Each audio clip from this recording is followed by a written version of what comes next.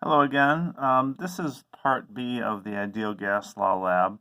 I'm going to cover the pre-lab stuff that you need and also describe how I conducted part B, the Gay-Lussac's part of the lab.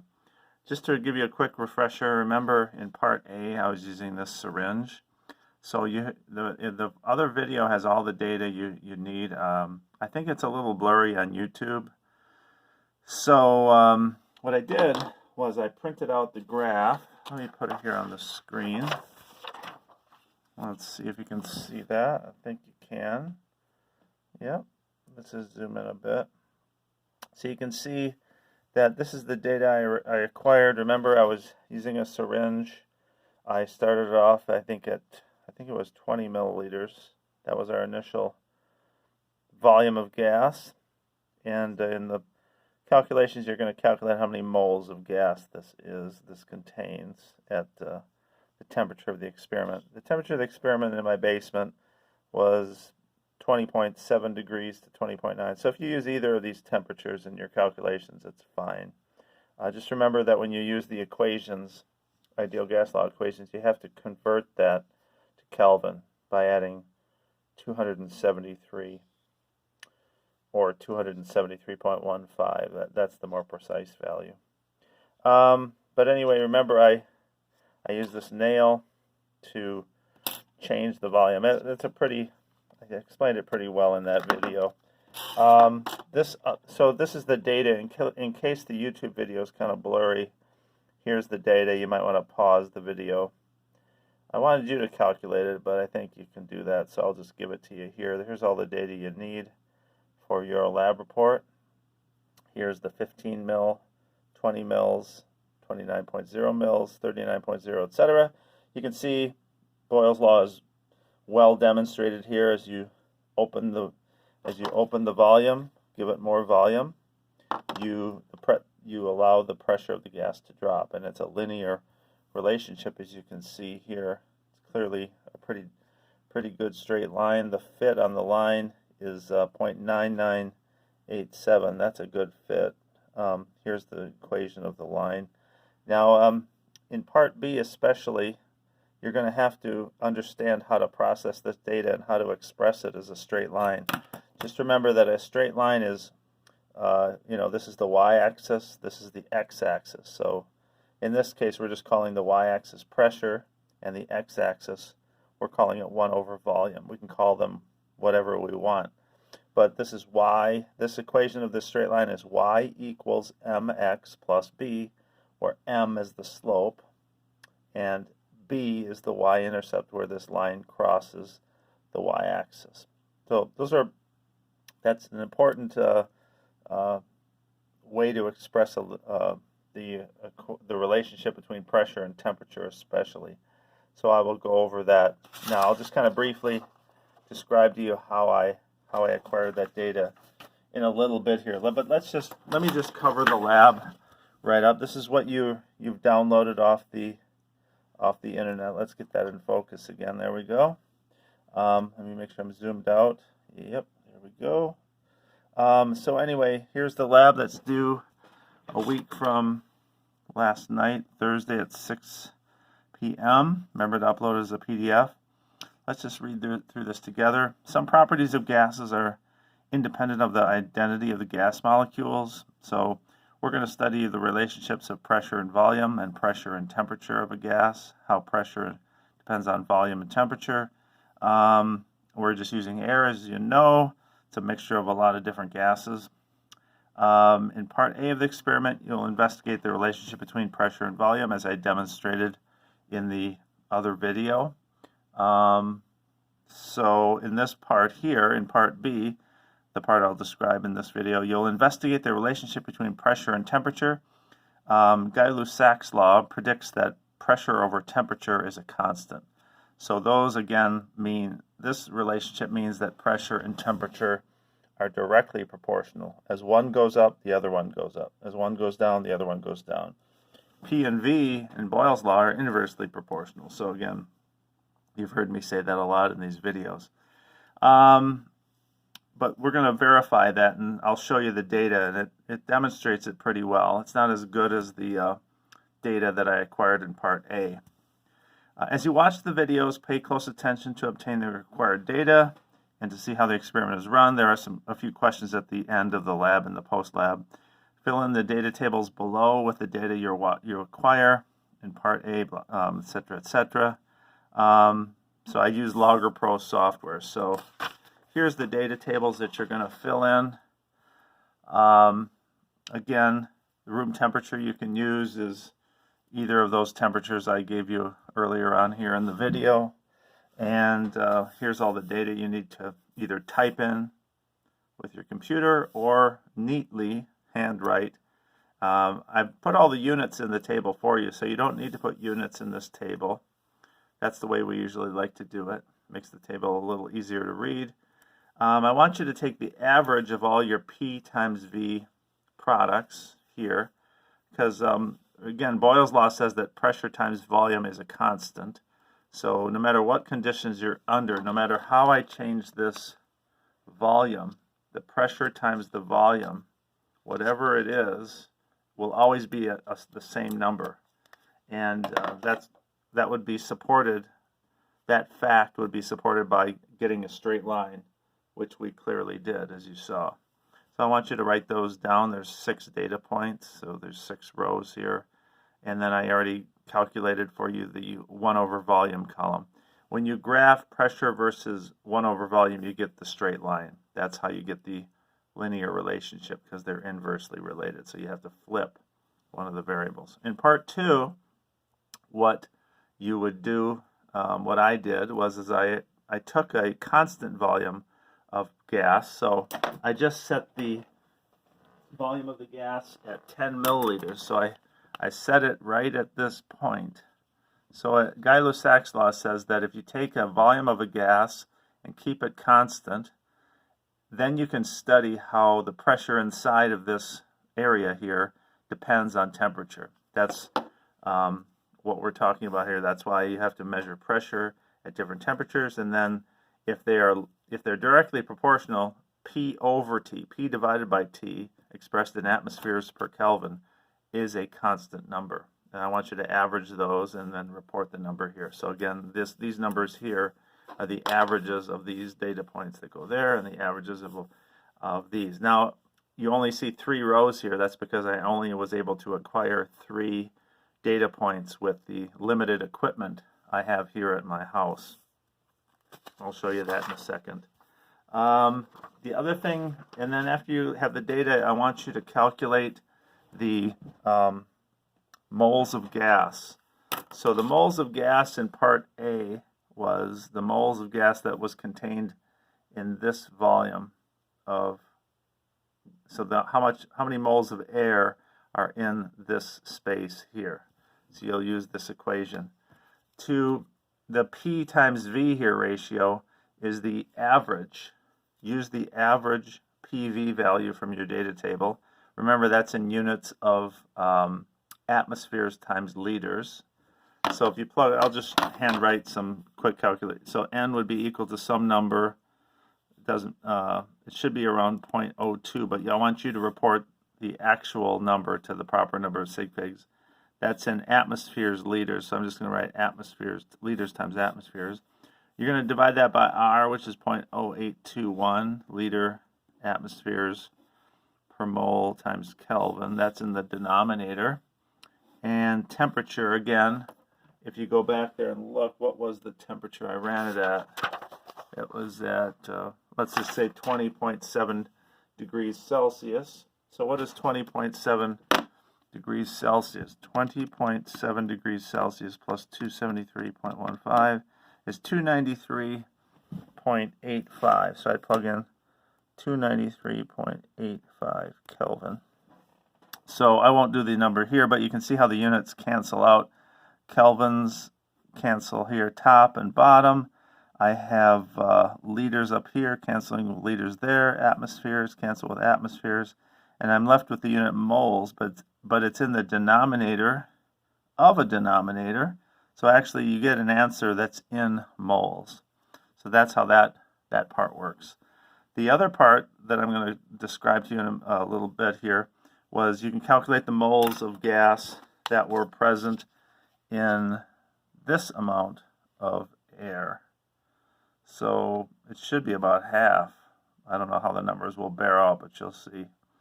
So how many moles of air are in this sample? You can calculate that by using the data for pressure over temperature that I acquired. So let me show you that data now. Where is that here? Bear with me. Here it is.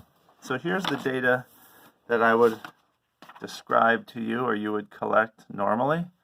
Let's make sure that's centered. So how does this work? Here's what I did. Now this is very crude, I realize. So again, I took this, I just set it at 10 mils, and I took our pressure sensor, and I screwed it on like so, made sure it was nice and tight, and left it open so the pressure could read, the sensor could read the pressure inside here. And this again is hooked up to a computer, and it runs Logger Pro software. So how am I going to change the temperature on this system? In the normal way we do this lab, if we were in the laboratory, we wouldn't have this hooked up to this. We would have this hooked up to a Erlenmeyer flask that has a cap on it with this sort of valve on it. Let me show you what that would look like. This is you could probably look up some YouTube videos on this, but this is a diagram of what it would look like. You can see that you'd have a Erlenmeyer flask, and you'd have your rubber stopper with a little valve on it. Let me zoom in on that so you can see that. Okay, there we go. So you'd put it in a beaker, different beakers of water. We start off with boiling water, then we go to hot water, then we go to room temperature water, then cool water, and then finally ice water. So we have 5 different temperatures that we measure the pressure of this amount of gas in. But I couldn't get this set up at my house. I couldn't get into the school because of this, everything's closed. So I had to kind of improvise. But this is the normal way you would do it. You would trap a amount of air here, which is about 130, 140 milliliters, and it's connected to the pressure sensor that way. And we measure the temperature of the water, which is the same as the gas. So what I did instead, since I didn't have that rig, was I just did this. I just took this amount of gas, and I thought, how am I going to change the temperature? I need at least 3 points. I figured 3 points would be enough to see if we can get verification of this Guy-Lussac's law, P versus how does pressure of a gas depend on temperature. So what I did was I took a hot, what do you call it, it's a heating pad, and I wrapped it really thoroughly. I wrapped this whole thing really tightly in a heating pad, and I took the temperature probe, and I also put it inside. I put it right up against the syringe, and I just wrapped it really tight, and I heated it up to as high as the heating blanket would go. I think it went to 70 some degrees Celsius. And then what I did was I just let it cool, and I let it out at room temperature like this and let it equilibrate, and I took a reading of the pressure at that temperature. And then I took this whole thing for my third data point. I put the whole thing in a freezer, and I just left the cords drape out of the freezer so I could connect them to my laptop. So I got 3 different temperatures and 3 different pressure readings, but the amount of gas did not change. That's the key for that particular experiment. You can't change the volume of the gas. And this is what I got. So let's take a quick look at it. So this is what your data table, you can put in your data table. I got 3 readings. So let's see. I have 347.05. Let's subtract 273.15. So the heating pad got up to as high as 73.9 degrees Celsius. That's that point here, and that's the pressure I measured. And there's I made another column in Logger Pro, pressure divided by temperature. Why did I do that? Because if this Gay-Lussac's law is true, then any condition, pressure over temperature is a constant number. And you can see it pretty much is constant. It's to the, it's 0.003 something something, but they're all pretty close. 295, that must be my room temperature reading. Let's subtract 273.15 from that. That's 22.1. Yeah, that's my room temperature reading. So again, the atmospheric pressure that day was a little low, but that's at normal temperature and pressure. And then I put it in my freezer in 253.35. What is that? I got to negative 19.8 degrees Celsius. It's pretty cold in there. So you can see that as the temperature of the gas dropped, the pressure dropped. It's not a substantial drop. That's why my data isn't necessarily great data, but it shows you, it gets the point across. So here's what I did: is I graphed pressure versus temperature. Temperature is in degrees Kelvin, and normally I would have 5 data points, but I only have these 3 here. And then what I did, as I explained in one of the lecture videos, is I can extrapolate, I can extend the line back to 0 pressure. What would happen to the pressure of the gas as the or I guess I should say, what would happen to the pressure of the gas as I drop the temperature to 0 Kelvin? This is the coldest theoretical temperature possible. So in theory, at 0 Kelvin, absolute zero, which is negative 273 degrees Celsius, all molecular motion should stop. So my line in theory is supposed to go through that point, but you can see I missed. I missed on the negative side.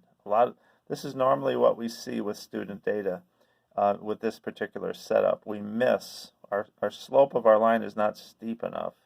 We should be on a line like this. So you can see if I acquired a couple more data points that were maybe down here a little bit, then my line might be, my best fit line might be closer to absolute zero. But it's not. It's not the greatest data. So this is my experimental value. That's why I put it in quotes of absolute zero.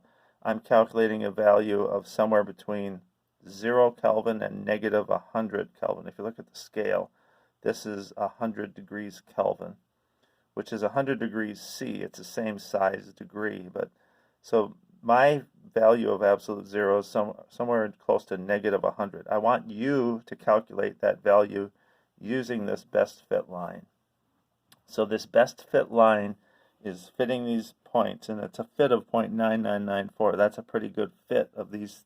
That means it's a pretty good linear relationship. It just is not, the pressure didn't drop enough to make it steep enough so it passed through absolute zero. But we got to deal with the data we have. This is the slope. This is the ratio of pressure versus temperature. You can see it's almost always 0.002 or 0.003 for this particular experiment because of the size of the gas that I used. It was 10 milliliters of gas.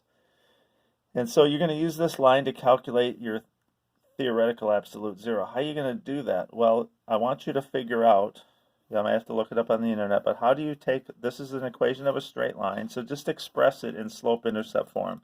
So again, that would be, I don't want to write on this paper, write on a scratch paper here. If you have a straight line, I know this is kind of crude, but this is y equals x, and you have a straight line, sort of high school math review. The equation of that line is y equals mx plus b. If it's a straight line, you connected some data points, and you made a straight line. So this is your y coordinate, this is your x coordinate, this is the slope, how steep it rises, that's m. B is where it crosses the y-axis. So this is what we have, the same thing here. This is my y variable is pressure in atmospheres. My x variable is temperature in degrees Kelvin. So take this data, express it as a y equals mx plus b relationship using these numbers with these units. And I want you to show me in the post lab or the calculations how you could calculate the value of absolute zero. So here's your 3 data points. You might have to pause the video to see those, but here they are. Notice I want all those numbers written just as is with those numbers of significant figures. And then let's go back then to this calculation. So with that data, maybe I should leave that over here. With this data here, okay, how are you going to calculate moles of gas? How are you going to calculate moles of gas that were present in this little space here? Okay, well, you're going to use your average value of your P over T readings. So you remember your data table, you had your three P versus P over T ratios from your data that I just showed you. You're going to average those, and we're going to use those numbers just like we use these PV, the average PV product. We're going to use the average P over T quotient ratio, if you want to call it that, and plug it in right here. That's atmospheres per Kelvin. And then the volume that you're going to use, you have to think of a volume. Well, it's pretty clear what the volume would be. So here, let's just show you how I would, a quick little estimate. So the P over T ratio is around 0.003, but I want you to use the exact number, whatever it is. I'm just rounding it to this, but it's not going to be exactly 0.00300. That's in units of atmospheres per Kelvin. And then your volume, you can say, well, that's pretty, I'm just going to call it 10 milliliters, but you got to express it in liters. So you have to say, I'll make sure I'm in focus here, yep. You got to say that that's 10 divided by 1,000, which is 0.0100 liters. Make sure that's right, 10 divided by 1,000, yep. And then R is 0.0821 liters atmospheres. Sorry for the sloppy writing. There we go. And you can see that the liters unit cancels, the atmosphere unit cancels, top and bottom. My Kelvin, that's my Kelvin. Yes, this is in the denominator of a denominator, so it's really in the numerator the way the math works. So that unit does cancel with that, and I'm left with moles. So that's what I was trying to calculate. N is moles. So see what you'd get here and compare it to that number there. In theory, this number should be half that. And it looks like, I'm not sure, I haven't crunched the numbers, but we'll see what they are. So that's that question there, how you calculate moles of the gas from this pressure versus temperature data. And then this last calculation question says, according to the graph from part B, again this, zoomed out, yep. At what temperature will the pressure of the gas equal 0? At what temperature will the pressure of the gas equal 0? Well, according to your data, it's somewhere beyond, it's negative Kelvin. There's no such thing as negative Kelvin, so this is really kind of not, it doesn't really mean anything, but we're still going to express it as negative Kelvin. It's a lab experiment. The data isn't great data, but you have to deal with the data that you have. So according to this graph, at what temperature will the pressure of the gas equal 0? Use the equation of the best fit line, so you have to use this to calculate this temperature in Kelvin. So I give you a hint. Solve for temperature when pressure is 0. So I'm just going to make up some numbers here. It's not, you're going to use this equation up here. So let's say you get Py equals m. Let's just say the slope is 0.00200, and that's in units of atmospheres per Kelvin. Am I in focus here? Yep. So I'm just writing the equation of this line in slope-intercept form. Y equals m. There's my slope. X, my x variable, is temperature. So T plus the y-intercept. Let's just say it's let's just say it's 0.1030 atmospheres. I just made that number up. You can see on this data it's kind of close to that. So this is the slope-intercept form, here's your y equals m times x plus b. My slope, my x variable, my y variable, my y-intercept. So solve this equation. Solve this for temperature when this is 0. So make this 0. So say 0 equals 0.0200. I'm not going to put the units in right now. T plus 0.1030. If you solve this, you'd get a number. I'd move this to the other side and divide both sides by this number here to isolate the t variable. So it'd be 0.1030, but negative that divided by 0.02. My theoretical absolute zero would be negative 5.15 Kelvin. That's pretty good. I'm supposed to get 0 Kelvin. So that number, that equation I just made up was pretty good.